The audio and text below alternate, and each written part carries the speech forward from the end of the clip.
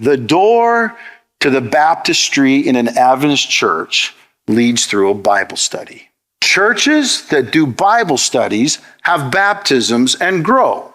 Churches that are not doing Bible studies don't grow.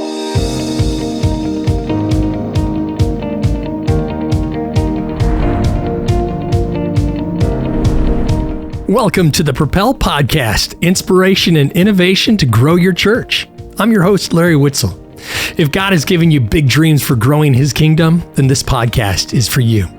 Our goal is to offer practical training for effective evangelism in the Seventh-day Adventist ministry context, but we know that the principles we talk about here are applicable in many other church settings as well. So wherever you're doing ministry, welcome to the Propel Podcast. If you've been enjoying the podcast, will you consider joining us at next year's Propel Conference in Puyallup, Washington, coming April 27 to 30, 2025. It's a chance to get away to see things from a new perspective as you connect with like-minded church leaders to explore topics on church growth. We'd love to see you there, April 27 to 30, 2025 in Puyallup, Washington. The nearest airport is SeaTac, so that's where you're going to want to fly into. And early bird registration is now open at propelconference.org. This episode features Byron Corbett, a respected leader and dynamic evangelist for the Texas Conference. He has worked as a church pastor and an evangelist, and Byron is a captivating communicator who's been presenting the truth of Bible prophecy for over 30 years. Byron's goal is to help local churches be more effective in reaching their communities through both innovative personal and public evangelism programs. In my role here at Sermon View, I've worked with Byron now for over 2 decades, and I really appreciate his passion for sharing the gospel, as well as how hard he works to reach people who need to hear the message of Jesus. In this presentation, Byron Corbett discusses the challenges of public evangelism, covering tough questions like whether it's an outdated method or is it missing the mark with younger generations. He introduces the Promise Prophecies series, a fresh relational approach with shorter messages, as well as podcasts to engage modern listeners. Byron also shares insights from pilot churches on what's working and how marketing can help reach hearts in our post-COVID world. And we're going to hear from Byron in his presentation in a minute. Before we dive into the presentation, though, I want to take a moment to thank our sponsor for this episode, Adventist Risk Management. As the official insurance and risk management provider for Seventh-day Adventist communities worldwide, they bring decades of experience in creating customized solutions for ministries like yours. With Adventist Risk Management, you get more than just insurance. You gain access to comprehensive coverage, free educational resources, and 24/7 claim support. Their focus on education and prevention helps create safer environments for your church and your community so you can focus on what matters most. You can discover how your ministry can receive the support that it deserves by visiting adventistrisk.org. That's adventistrisk.org. All right, let's get to today's presentation. Here's Byron Corbett speaking in the Evangelistic Innovation Breakout Track at the 2024 Propel Conference. His topic, Innovative Public Evangelism and the Promise Prophecies. All right, so first of all, I want to start off with just talking about some of the criticisms that public evangelism faces. And as you see, there's a little tagline. It's usually by people that aren't doing it. And so I really never give much credence to criticisms from people that aren't doing something because they really don't know what they're talking about. But I think it's also always good to listen because there may be things that we can glean, things that we can take from that and learn from and improve. So one of the first criticisms is that public evangelism is outdated, that the time of preaching these prophecy messages to people in auditoriums or tents or whatever the case might be, that it's outdated, that it's not relevant anymore. Another criticism of public evangelism, the way that we've traditionally done it, is that people are too busy to come to a long series. There's no way that in today's world you're going to get people coming out for 20 or 25 nights 4 or 5 nights a week to listen to some meetings on Bible prophecy. It's just too long. Another thing another criticism we have is that people's attention spans are too short for long meetings. In other words, the typical evangelistic meeting sermon, it probably is 45 minutes on the short side and more likely around an hour long, 60 minutes, and sometimes even longer than that. Hour and 10 minutes, hour and 20 minutes if you have an altar call with some other things in there. So this is another criticism of people's attention spans are too short for that sort of thing. Another criticism of public evangelism, we always use scare tactics to get people. You know, we got these horrifying beasts, and we just talk about the end of the world and the doom and the gloom and all that sort of focus. And so it's kind of a negative focus and scare tactic. Another criticism is that we're only reaching older people, that younger generations are not engaging, that the mode that we're utilizing doesn't connect with them and kind of leaves them out, and we're just really reaching older people who are harder to reach because they're more set in their ways and they don't want to change and make decisions. And another criticism often of public evangelism is that it's not Christ-centered. We don't focus on the gospel. We don't focus on grace. We don't focus on forgiveness. And we're just, again, using Bible prophecy to try to scare people into making a decision to join the church before the end of the world, kind of a thing. Another criticism of public evangelism is that it's not relational. That we are just, having strangers come from the community. We've got no relationship with them. They come, they sit in the pews, and they listen to a preacher, and then they get up and leave. And so we really don't relate and connect with people in a relational way. And so, and let me say that public evangelism is not perfect. There are challenges with it. However, it is still the best thing that we have that helps people come to decision for Christ and decision to join God's final message to this world in preparation for Jesus to come. This is the best way of bringing people to the point of decision. And that's what we have to understand, that public evangelism's role is it's not the entire evangelism process. It's a part of a cycle. It's a part of a bigger picture in which we should be planting, we should be cultivating, then we're going to reap, and that's the public meeting. And then we want to preserve what we reap. And so public evangelism is still the most powerful reaping tool that we have even in today's age. So what can we look at of these criticisms, which some of them are valid, and I think that if we want to, part of innovation is that you're trying to do better. You're trying to take something and improve it and do better with it so that it's more effective. And also when you innovate, you can't, if you're trying to tweak something, you can't change too many things all at the same time, because then you might break it completely, right? Or if you change too many things and it works, then you're not sure what the change was that worked. Or if it doesn't work, then you're not sure what the change was that didn't work. So there's a balance in innovating, that you tweak some things, but you keep some things as you move along. And so we felt like, yes, there's a need for adaptation in terms of what do we do with public evangelism in the modern world, post-COVID. I see David here, and he doesn't know me, but what's that? Well, okay, yeah, I've never met him in person either, but I'll tell you what I did do is when COVID hit and we were still wanting to do evangelism, we participated. Our church was one of the churches that participated in Forecasting Hope. In the first thing, and so that's where I became acquainted with you and appreciated that. So we said, what are we going to do? When I was the senior pastor at the Richardson Adventist Church in the North Dallas area for 7 years. And then the conference asked me to step into the role of English evangelist for Texas. And so I kind of went kicking and screaming, maybe not quite, but I told them no at first because we were having so much fun at the church we were at. We were in the process of getting ready to plant.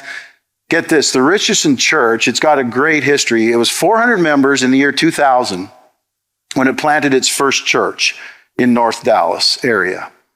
In the last 24 years, Richardson has planted 18 churches. And while I was there in the 7 years that I was there, we planted 4 churches during that time. God's blessed that church. In the process of spinning off those 8 churches in the last 24 years, the membership has grown to over 1,100 members, 2 services. And one of our prior church planting directors in Texas did a case study on what's happened just because of Richardson's church planting. And when Richardson started planting churches, if I remember the numbers, I'm a little off on that, 400 members, and it was pretty much the only church in the North Dallas area, and 400 members. Now, 20 years later, there's about, as a result of that church planting process that happened, there's about 6,000 members in the North Dallas area, and tithe has gone from about $500,000 to $600,000 to $7 or $8 million just from that church planting process. So that is what evangelism does. Okay, so I was having a lot of fun there, kind of trying to continue that legacy and be part of that. So first I told the conference, no, I'm too busy here. We got too much. We're just getting ready to spin off another church, and that needs. And they came back later and said, look, you need to pray about this and take it seriously. So my wife and I did, and we felt like the Lord wanted us to make that transition. So we did. And as far as and wanting to take public evangelism and see what can we do to perhaps adapt to our modern world a little bit. As you know, it's changed a lot in the last 50 years. And Larry talked about the fact that, in the last 50 years, we've gone from analog to digital. And it's not just the technology that's changed, but culture has changed. People are busier. At least church members seem to feel like they've got so much thing going on that they don't have time to volunteer and support meetings. People do seem to have shorter attention spans, and media in general is moving that direction with shorter and shorter sound bites and video clips and those sorts of things.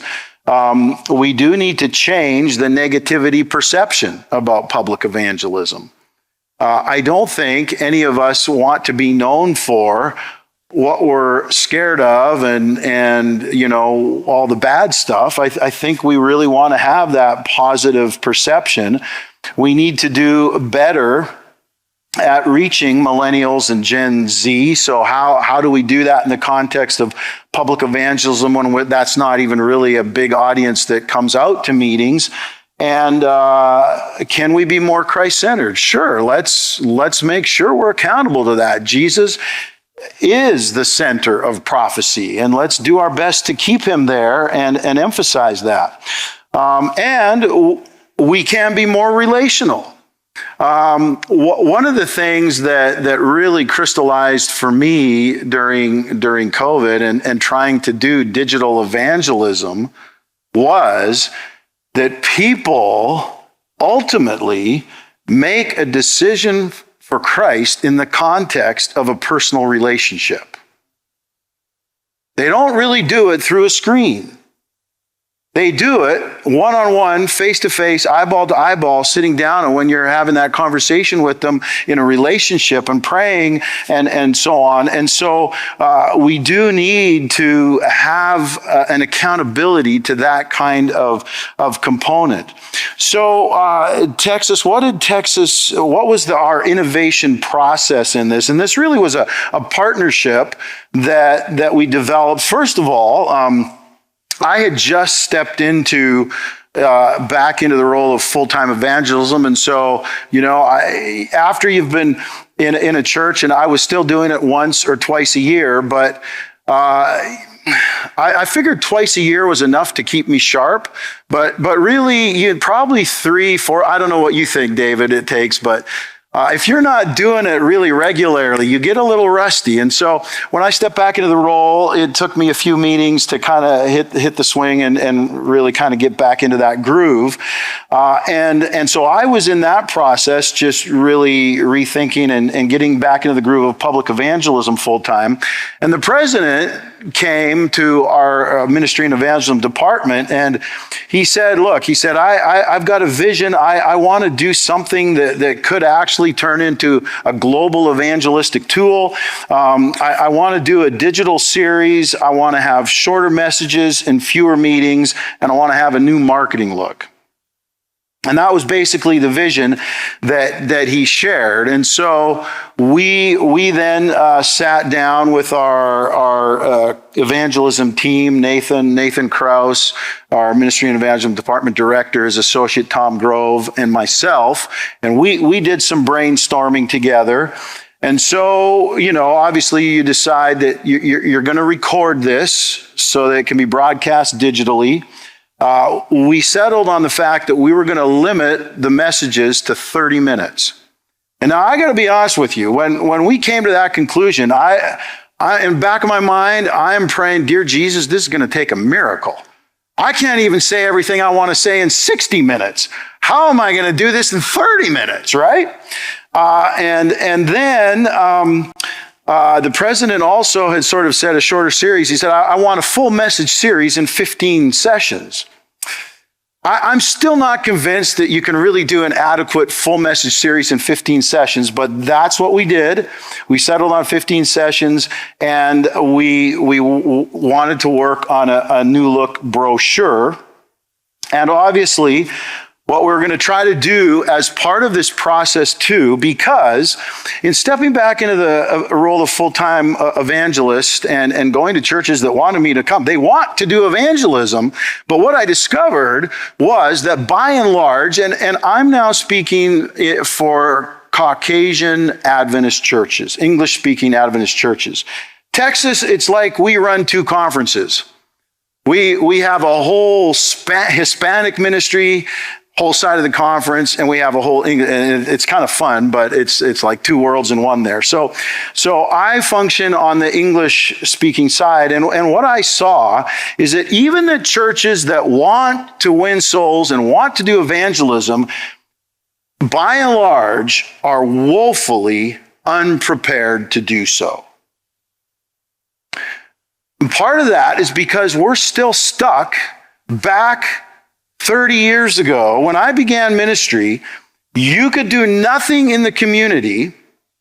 You could send 10,000 brochures out to your community. And when I began in ministry in the early 90s, we were seeing an average response rate of 7 to 12 per 1,000.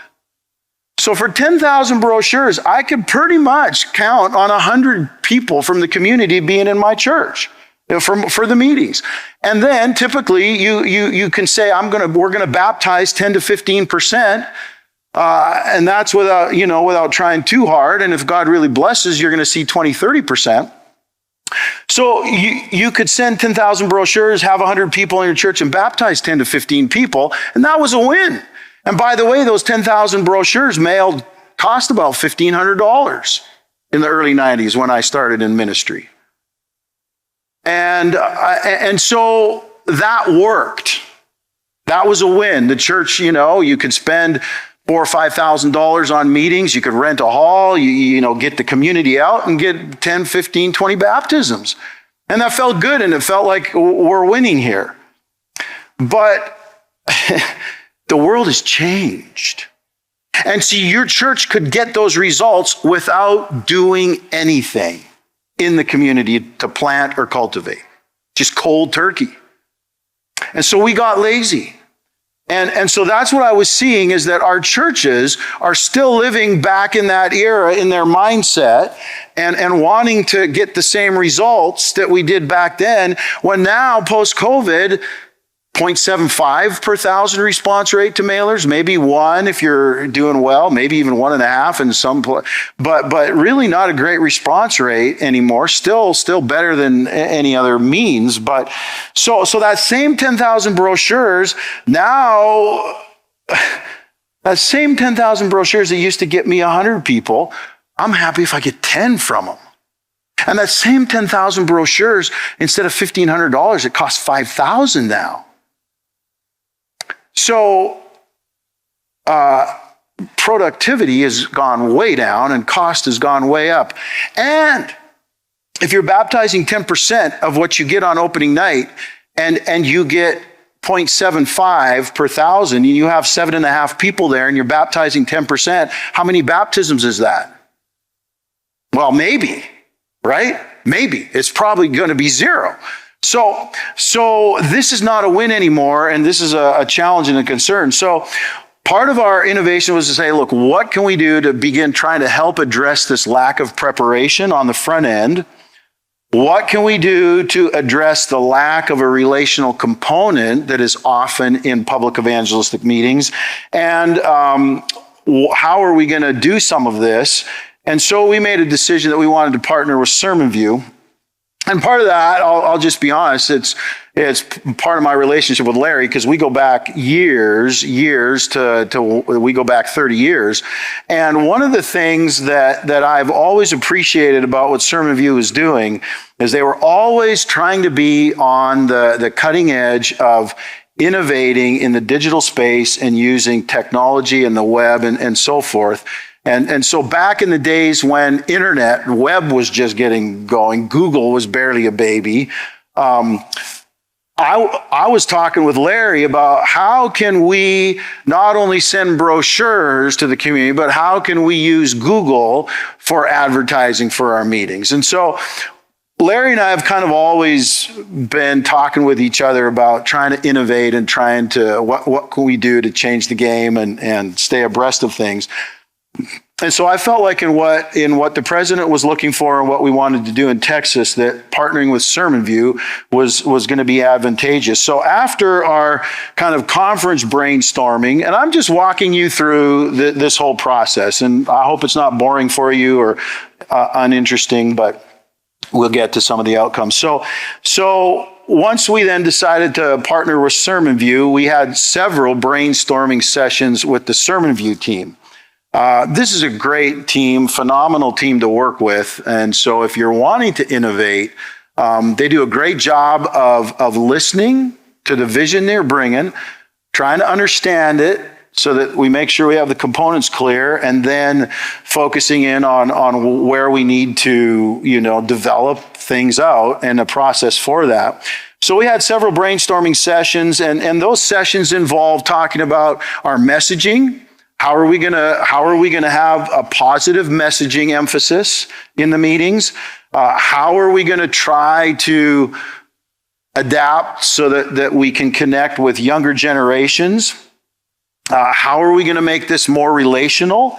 And so those were some of the main brainstorming things we did. So when it came to the messaging, we spent probably a couple of sessions working on this, and Texas Conference Communications Department subscribes to, I don't even know the name of it, but some sort of software that monitors the web and all the metrics and what the trending searches are and words and all of these things that people are using. Sermon View is looking at that as well, Google searches. And so we took this kind of data and we said, how can this data help us develop a title for the series?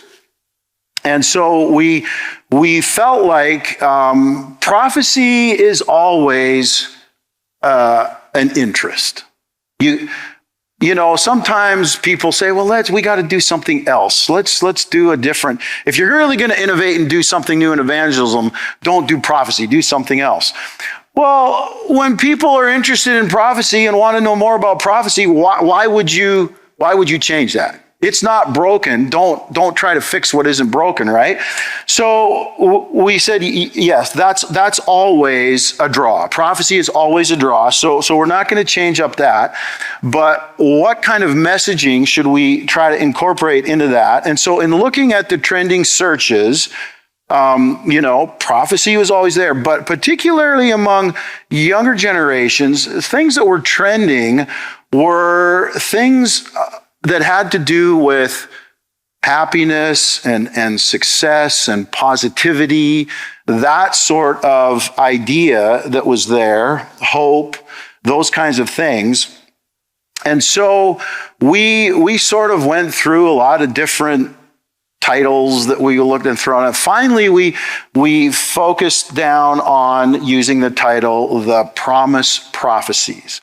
And we thought about it can't be long. It's got to be something that when church members start talking about it, inviting their friends, it's just going to be there. The Promise Prophecies. And why we settled on that was because promise, it's a forward-looking message. It's a positive message. It's a hope-filled message, and it was something that came up as one of the high statistics in the research search trends and so on. So that's sort of the process that we went through in looking at the title, and then we finally settled on the Promise Prophecies as the title of the series.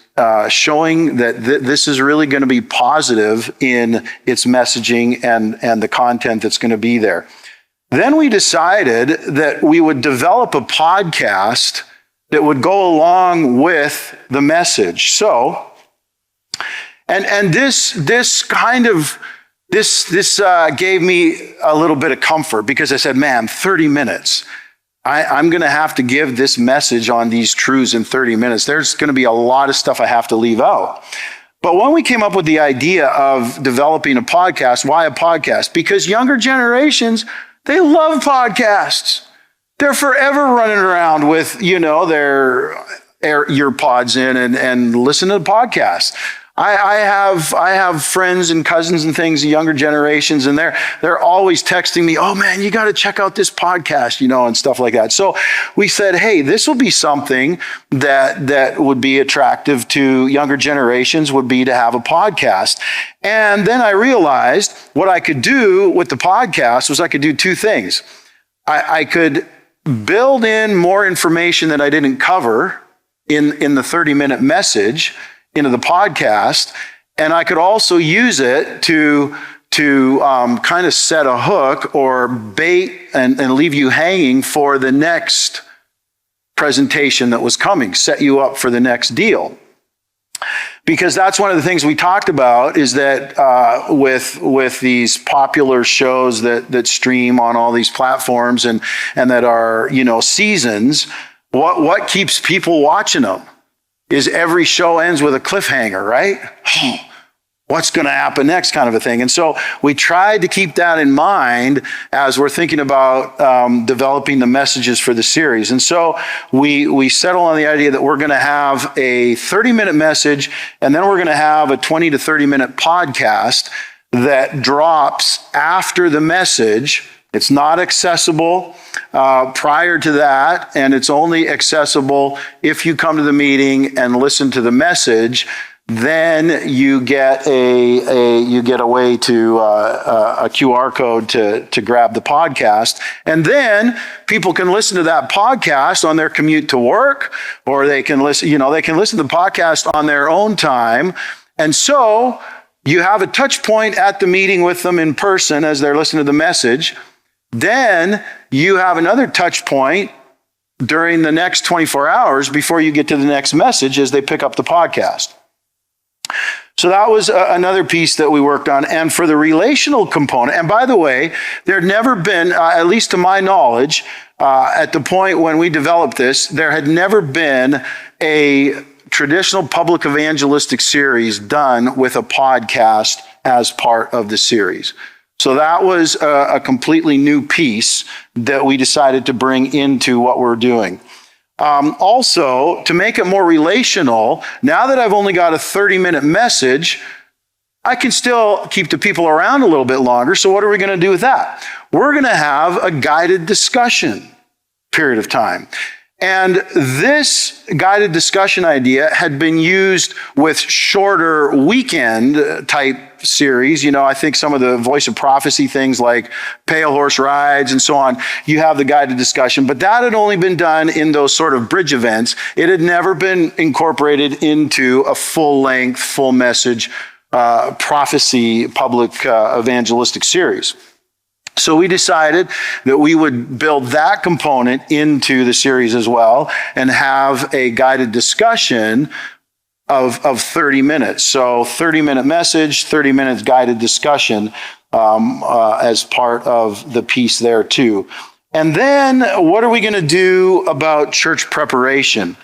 So the thing that we decided to try to key on is because one of the things that, at least in my experience of 30 years in ministry, over 30 years of ministry in the Adventist church, is that and again, I haven't done an empirical study on this, but this is my anecdotal observation. The door to the baptistry in an Adventist church leads through a Bible study. Churches that do Bible studies have baptisms and grow.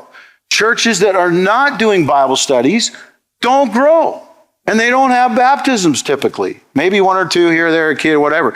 But churches that are serious about Bible studies, personal Bible studies, grow and have baptisms. That's what I saw all through my years of ministry. I remember as a young pastor really having that passion for evangelism and making that a priority. And so, I'd go cold calling, door to door. I'd be doing surveys. I'd get Bible studies going, and we were always baptizing people. I'd take church members on the Bible studies with me, show them how to do Bible studies, get them doing Bible studies, and we'd always have baptisms because of Bible studies. And that was wonderful. But here's what happens. As you pastor, and then the church grows and things, and the administrivia and the distractions of problems in the church and board meetings and all these building committee meetings and school board meetings and all these other things, they begin to take up your attention and they suck up your time. And all of a sudden, I got a few years into ministry, and one day I'm sitting in my office, I'm like, Byron, you're not having the fun that you used to have in ministry. What's going on here? And then I realized, I'm not baptizing quite as many people as I was. Well, why is it? I'm not really giving as many Bible studies. And I realized that I had allowed unconsciously, I'd allowed the administration of life of the church within its walls overtake my focus on the mission outside of the walls, and I had gotten away from Bible studies.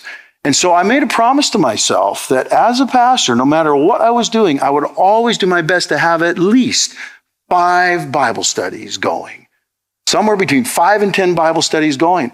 And when I got back to that, ministry was fun again. And so, and we our churches always grew with that. So we said what we want to do is we want to try to do our best to have churches developing interests ahead of time through Bible studies. And Sermon View has this great service called Lead Generator. That's what LG stands for, Lead Generator. That if you subscribe to, you can get 5, 10, or 15 fresh, brand new Bible study requests every month. And this is actually a better system, in my opinion, than doing a mail out of free Bible study invitation cards. Why? Because the cards go out once, and if you get a good response rate, you're overwhelmed with 50 Bible study requests. And then they don't get followed up properly. And then it's kind of wasted. But with Sermon View's subscription process, you get 5 a month. You can stay on top of that. You can follow that up. You can disciple members. Help them get them started, and then the members can carry on with doing them. And so we decided that we wanted to build the component into this package of having a Lead Generator to get Bible studies going in local churches ahead of the meetings as part of what we're doing to try to plant some seeds and cultivate some interest prior to the meetings. So then we also decided, look, we're doing a lot of innovation. We're trying some new things here. So let's run a pilot test with a small number of churches, see what works, see what doesn't, gather data from those churches, and then let's try to tweak what we're doing and come back and do it again. And as Larry puts it, nail it and then scale it.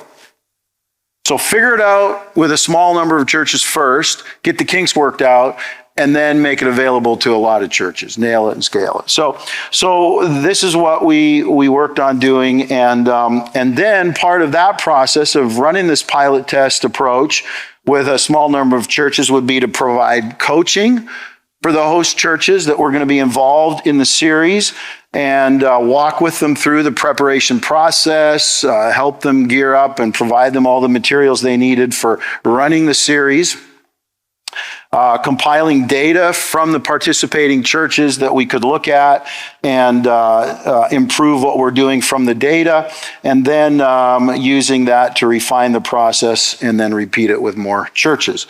So that was sort of the back-end process on developing the Promise Prophecies series that we went through that produced the new series. As you know, it's called the Promise Prophecies.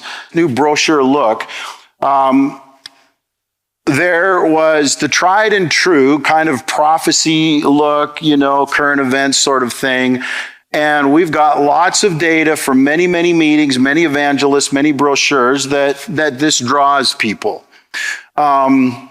Our president in Texas said, he said, I'd really like to do a new look. I really want to try to do a new look on this. And he had gotten a brochure advertising some other church convention thing. And it was like a picture of the city skyline of Fort Worth on it and stuff, and inviting people. So he threw that out and said, man, can we have a brochure that looks like this? And so the evangelist in me, and I'm like, well, yeah, we can try, but that sort of brochure has never traditionally worked well, right? So we also want to be effective. We don't want to just innovate for the sake of innovating, but here's an opportunity to try something new. And Sermon View sort of had the same concern if we just go with a completely, uncurrent events, prophecy-related theme. But we finally settled on the fact that we had the opportunity at the site that we were going to do the series live, where I was going to record, and we'd have a live audience. We didn't want to record in a studio. We wanted to record with a live audience, whole different dynamic and everything with that. So we've selected a church in the Texas conference and made the decision to do the live series there. And we decided that what we would do is we'd pilot test 2 separate brochure looks. One with the kind of city skyline type thing, which you see on the left-hand side up there, and then one with the more traditional messaging of a prophecy series, current events, with that. But yet, with that positive focus, the kind of bright light coming through the rainbow with the guy looking up with the pleasant look on his face. And by the way, we also chose that person graphic intentionally. What is the hardest demographic to reach in public evangelism? Young men, Caucasian men, young white males, hardest demographic to reach. So we intentionally put a young white male for the face on the brochure instead of something else, because right away we're trying to push into that space and connect to that group. So we developed both these brochures, and to get a fair pilot test, how are we going to get a response? You can't just say, okay, I'm going to mail this brochure to this zip code and this brochure to this zip code, because you might have very different demographics in those zip codes. So what we did was, working with Sermon View, broke the carrier routes all down and into the segments, and we literally delivered on the same street, like different sides of the street, a different brochure. So you're getting the exact same neighborhood, but you're hitting it with both brochures. So you know that you've got the same, when you look at the data, you're comparing the exact same demographics because you're in the same neighborhood, same carrier route, two different brochures. So that's how we did this. And we mailed 20,000 of each. So we had 40,000 total.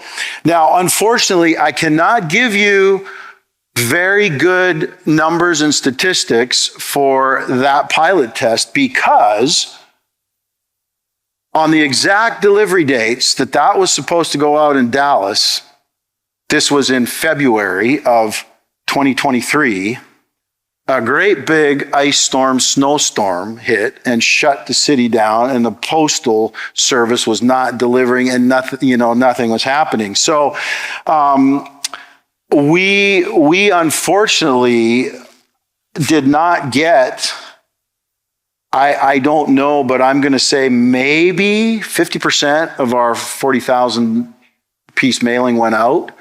And the stuff that did go out, it didn't go out until the day of opening night and stuff like that. So really on gathering some super effective data, that kind of hurt us. That storm hurt us.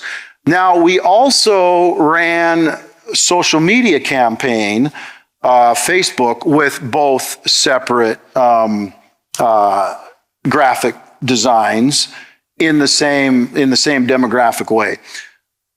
But the data that we were able to compile from running this pilot test, even though it was flawed for those reasons, showed that the current events right-hand brochure, it drew almost 2-to-1 against the other. Not quite 2-to-1, but almost, really close.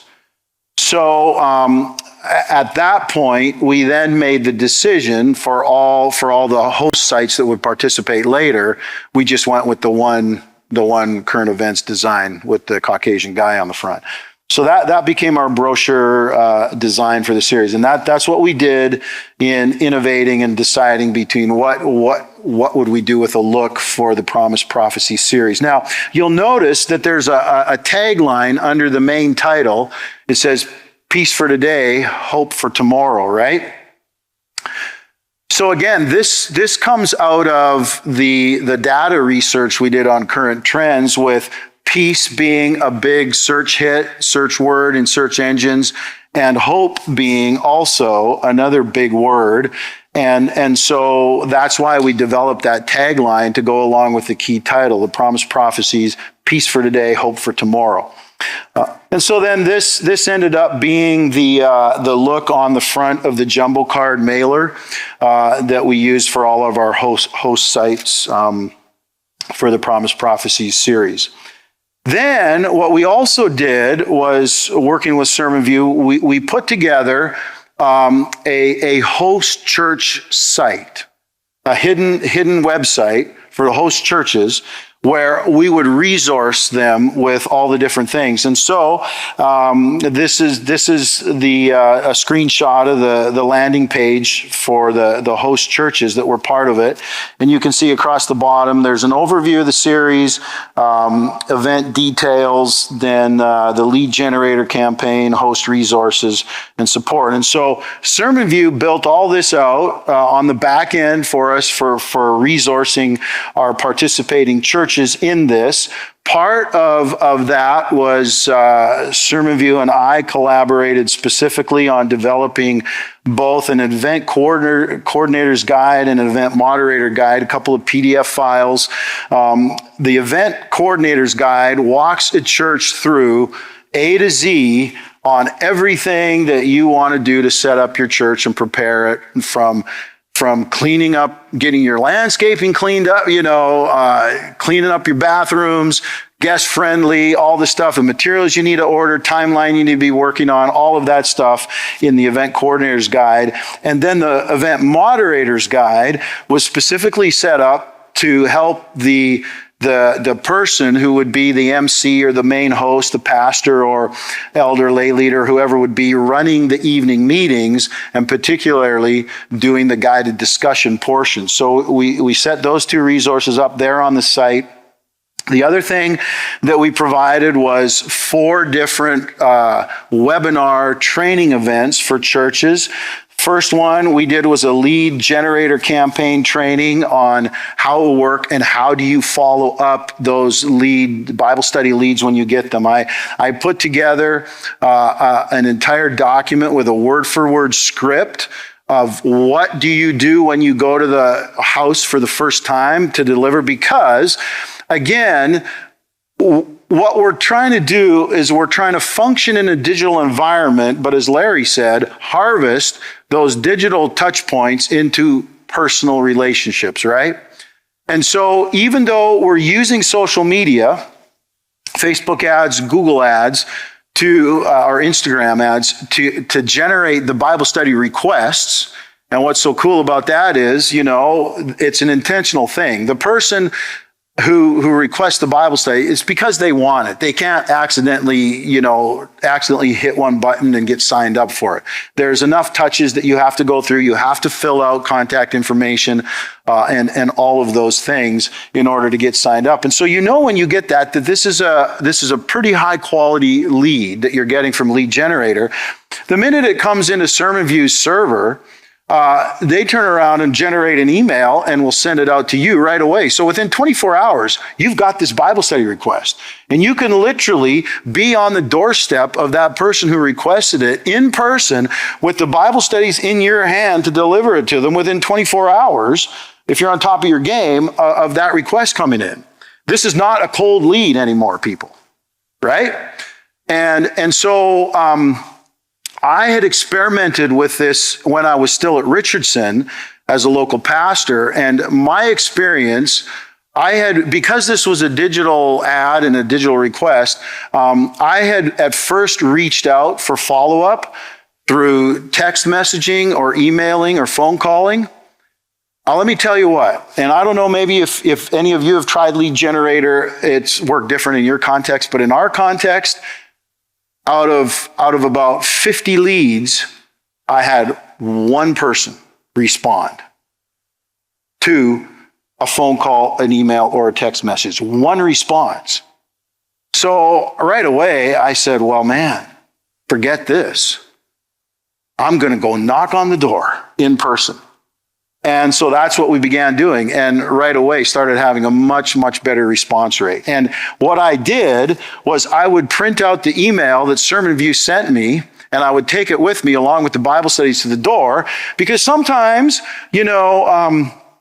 people will forget what they've done, and so as I introduced myself, you have the lanyard that says volunteer myfreebiblestudy.com, and I just say I'm Byron with myfreebiblestudy.com, and I'm here to deliver you the free Bible studies you requested online just not long ago. And then if they kind of look at me, then I show here's your email, that you requested, and so here's your Bible study, and we go. So I developed a whole script on how to interact at the door on your first visit, second visit, third visit, fourth visit, and so on. What are you doing, and how are you moving that person from I'm dropping off this Bible study at your door, how are you moving them from there to sitting down with them in their house or at a neutral location, somewhere else, to get an in-person sit-down Bible study going. So we developed that. We did a training on that, document for that. We also did a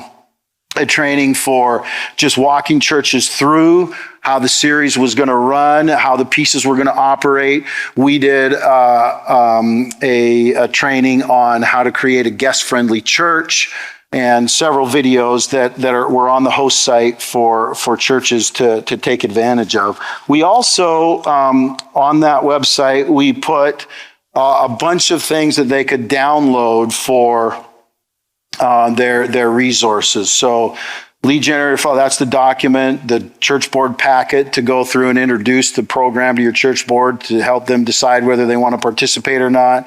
The promotional graphics package, the announcement slides, you can see the list. And so we had all of that on the website for them to download.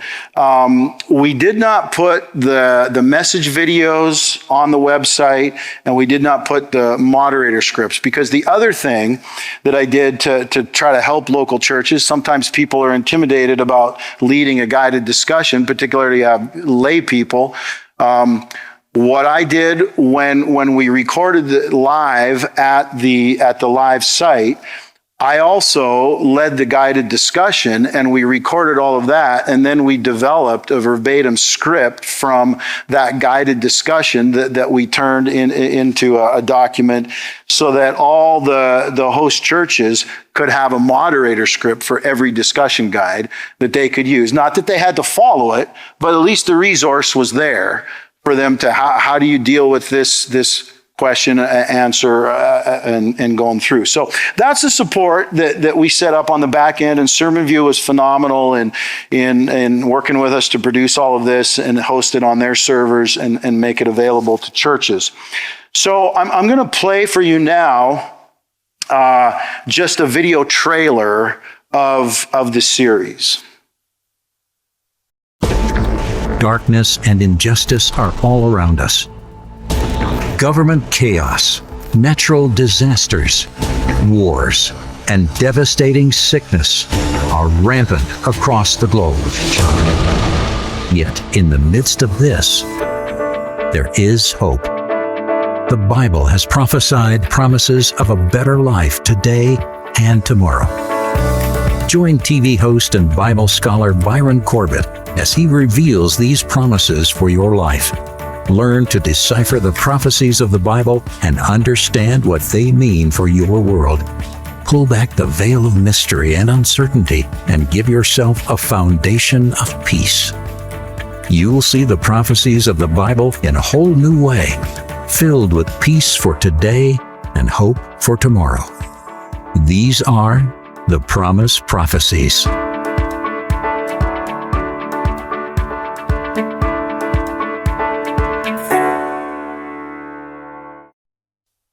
So SermonView put that together for us, and then what we did as people were being driven to the landing site when they would pre-register based on the advertising, this video was on the landing site that they would go to register on that homepage, and so they could view that video. And we also used it in a little bit different of a modified version for churches that were thinking about participating in the series and showing their congregations. So the program format that we used then, we would start with a short welcome and announcement. So one of the things that I've gone to, at least in for a number of years now, I remember when I first started on public evangelism, we sort of felt like an evangelistic meeting had to be like a church service. And so we always had preliminaries and song service and special music and offering appeal, and a health nugget and all this different stuff. And I said, we're not advertising any of that. We're not inviting people to a worship service. We're inviting them to a series of lectures on Bible prophecy, and people are busy, and so we want to get them in and out in as timely a fashion as possible. So I've really for years dispensed with all of that stuff, and we have some upbeat music playing as people are coming into the auditorium, and we start bang on time. I am a firm believer that if you say you're starting at 7, I think we need to strive for excellence. And excellence means you do what you say you're going to do. And if the meeting starts at 7, you don't start at 7:05 because you're waiting for more people to get there. You start, whether there's one person there or not. Folks, I try to help churches understand that I mean what I say. And I did a meeting at a church not long ago. And this wasn't the opening night, thank the Lord. But it was after we were inviting people to come to church. The first Sabbath, they were coming to church for the first morning session. I do a session during Sabbath school time. I don't call it Sabbath school, but I do a session. I want people coming to the meetings to start getting used to. I want them to understand that church is not just 11 o'clock. You best incorporate in the life of the church. You build relationships in Sabbath school. So when I do meetings, I get people out for the Sabbath school time. I do a meeting in the Sabbath school time slot at a church. I do one during the church service. And then we do a potluck lunch, fellowship lunch after, interact with the people, send them home, and then I bring them back in the evening for another meeting. So it's the first Sabbath that we're having guests come from the meetings to the church. And I literally had to I started the meeting at 9:30. No AV people were there. I had no video. I had no sound. I started the meeting. And believe me, guess what? They showed up on time after that. And the other thing too, if you don't start on time, everybody coming to the meetings figures out. And they start coming later and later, and then you start waiting longer and longer, and it's just, you don't win that battle. So I start bang on time. So we run upbeat music up until 7 o'clock, typical starting time. Right on the dot, 7 o'clock, MC comes out, does a short welcome to the people, introduces himself. I'm here to help you. Here's where the bathrooms are. Here's where the kids program is, whatever. Then we do introduce the speaker. And then I get up and I preach. And I pray before I preach. Then I do the sermon. And so our Promise Prophecies series is what we did. So we were literally done preliminaries in less than 5 minutes. And we're into the message, okay? 30 minutes in the video, and I did it live, but then we recorded that video. So a host church, they wouldn't have me there live, but they'd have the video that we did of the message. Then from the message, we put a trailer onto each message with a handoff that I did to hand off to the local host. And then we would go into the guided discussion for the next 30 minutes. At the end of the guided discussion, and we developed a little handout, 8.5 by 11 folded in half, so it was a booklet, a study guide or a guided discussion booklet for every guided discussion with the questions, the Bible verses, and some space for people to take notes as we're going through the discussion. And one of the things we did on the last page of that guided discussion booklet is we put a QR code for the podcast, unique QR code for each podcast that connected with the message that we just preached and that we just had the guided discussion on. So we'd get to the end of the guided discussion, we'd promote the podcast to folks, show them the QR code, encourage them to go to do that, and then we'd wrap up with our gift giveaways. That's our incentives to get people to register in person at the site. I never just trust registrations online. I always want people signing up when they walk through the door. And so I get that there too. So we did that. And then after the giveaways, do a quick promotion of the next upcoming sessions, and they're out the door. So we were able to run these meetings in about an hour and 10 to an hour and 15 minutes, front to back with that thing. And here's a sample of the study guide for the guided discussion. The QR code that we put on the back for the podcast. Now, by the way, part of the messaging of the series was I also decided that we're not going to do the traditional titles for our prophecy meetings.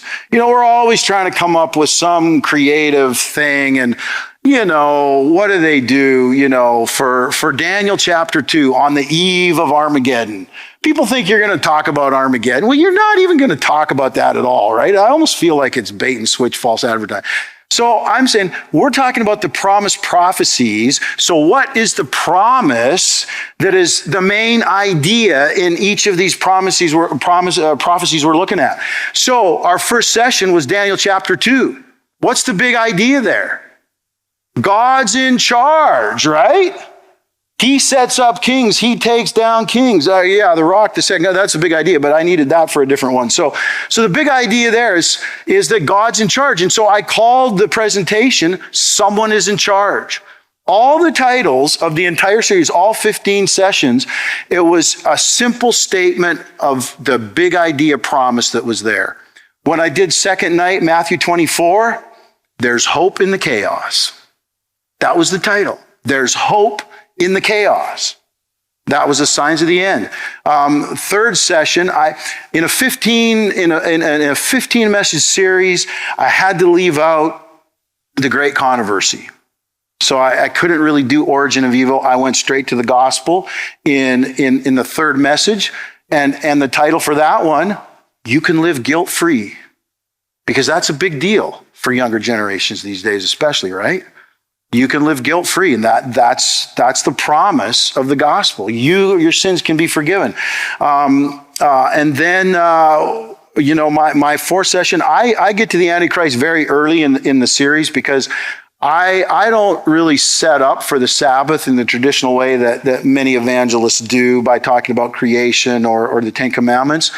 I used to do it that way, but I found that I'd have people clapping and amening in the audience when I preach the Ten Commandments, the law of God, on the night before I present the Sabbath. They're giving me amens, they're clapping, they're, just phenomenal.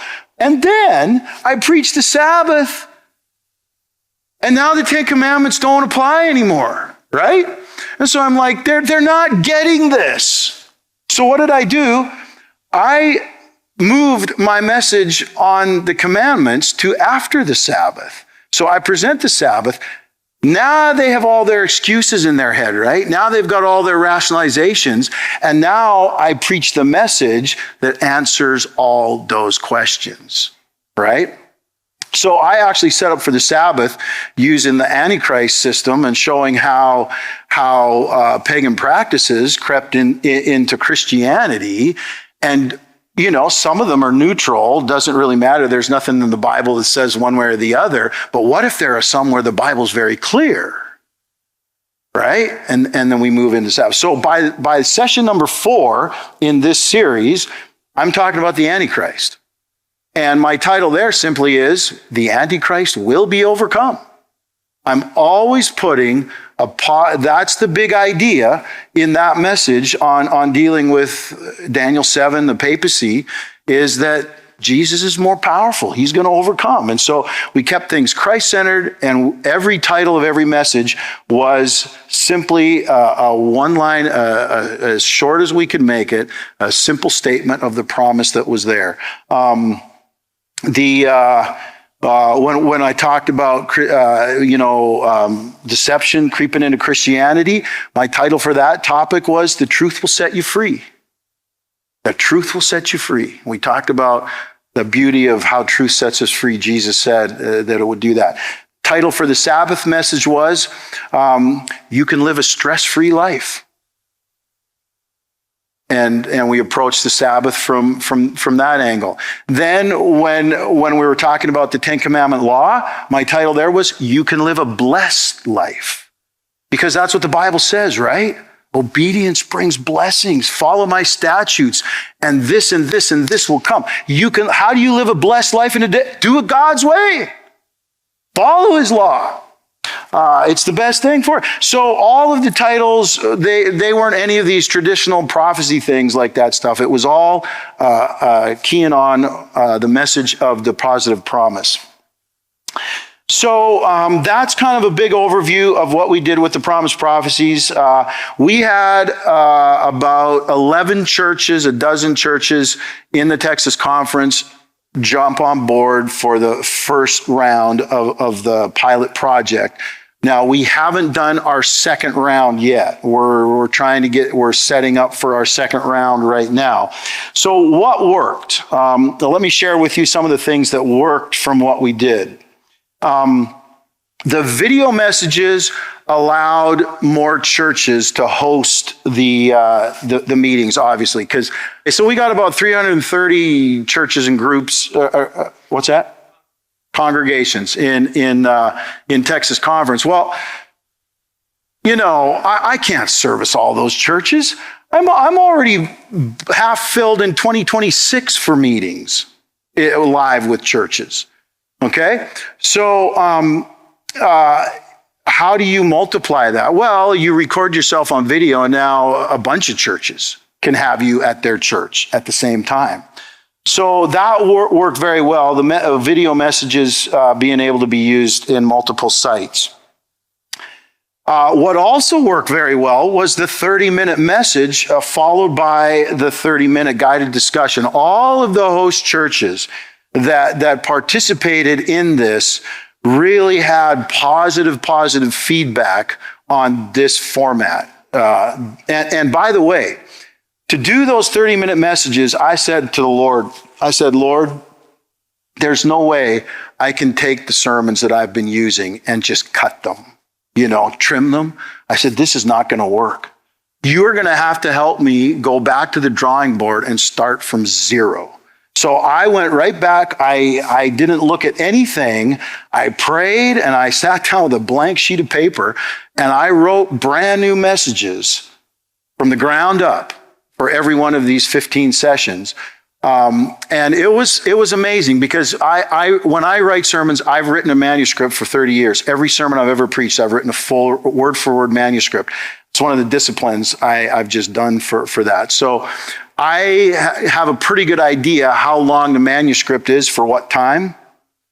So I knew that in my style, I had to have 4.5 pages, let's say. So this is how I do my manuscripts on a half sheet and so on. And so I knew that I could have 4.5 of those and that would put me at the 30-minute mark. And do you know that it was just phenomenal what the Holy Spirit does? Because I would sit down and I said, I have no idea how I'm going to do this.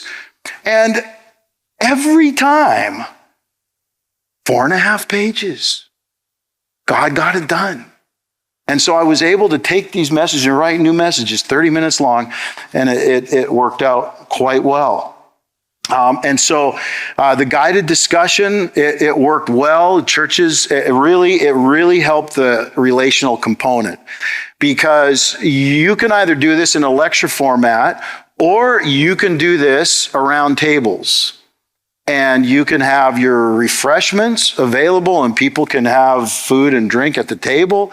They can hear the message and then they sit around their table and do the guided discussion together. And it functioned extremely well in building relationships and connections. So a lot of positive feedback from our host churches on the relational component with the guided discussion. We also found that the podcasts were very popular. We found that it was a little hard to get people going on the podcast at first. We had to really start hitting that and pushing that. And how many of you have listened to the podcast? Put up your hand. Oh my goodness, you got to. And then if somebody put up, hey, what did you think of it? Just ask them right there.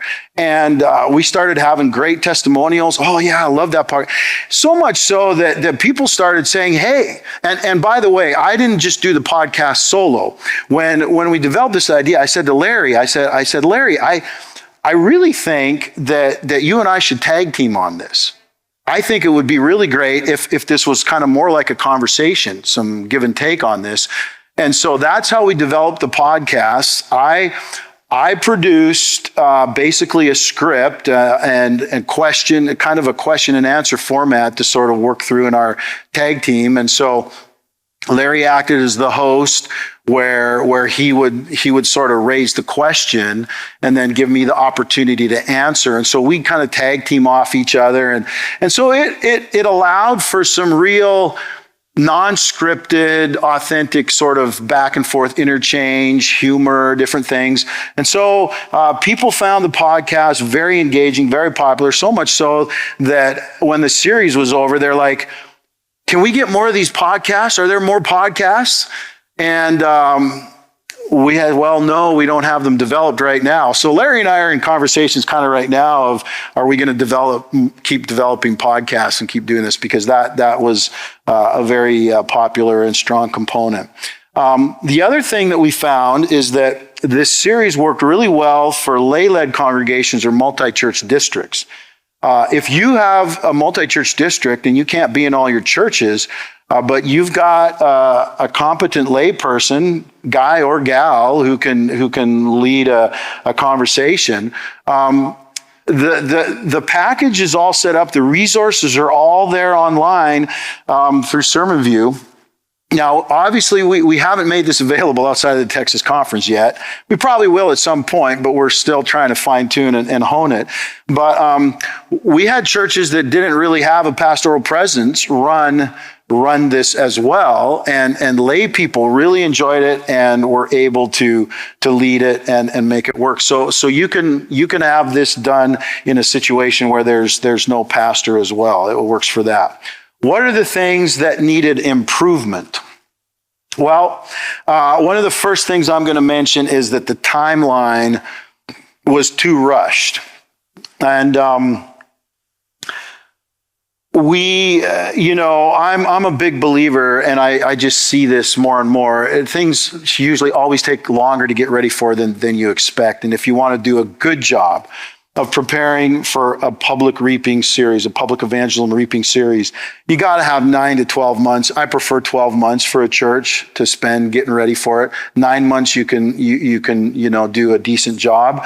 Our timeline was too rushed. It was just because it's kind of how administration wanted this to roll out. Even though I was sort of saying, I think it's a little too rushed.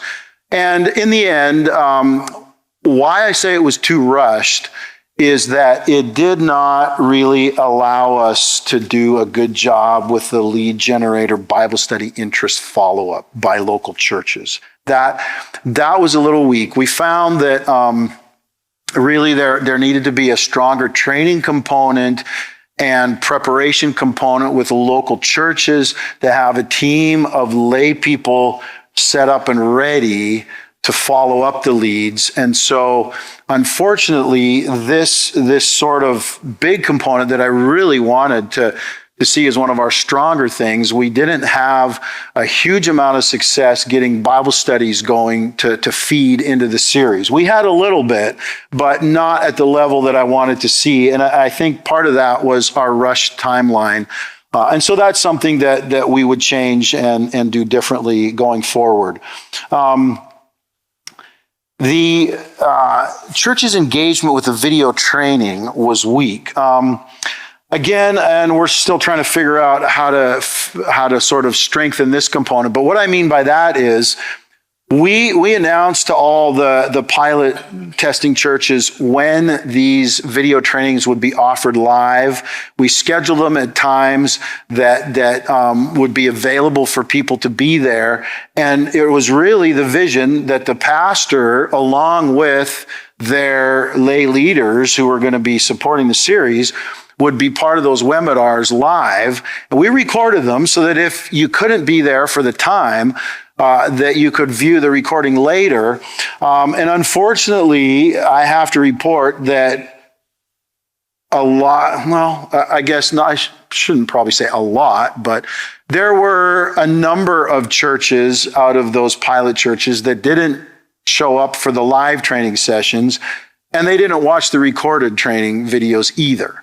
So when you're not getting this kind of coaching, then you're already ill-prepared. You're not really in a strong position to do that. So that's a component that we have to work on improving.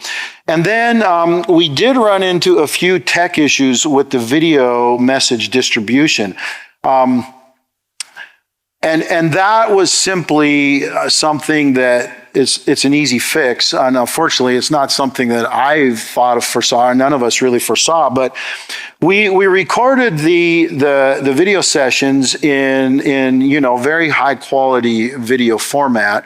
So each 30-minute video, and we made them available for download from a central site to each local church, so that they weren't relying on us mailing them something. It's all there. They can download it at their own time to their own local and have it actually there. They're not streaming it, so you don't have to worry about internet dropping out and all that problems. They've got the actual file on site to play.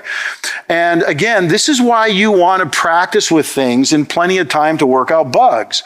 And that's because these video files were all 10 gigabytes. And churches would try to download it on a flash drive, and the flash drive wouldn't take the file. And you know why? It's a simple issue.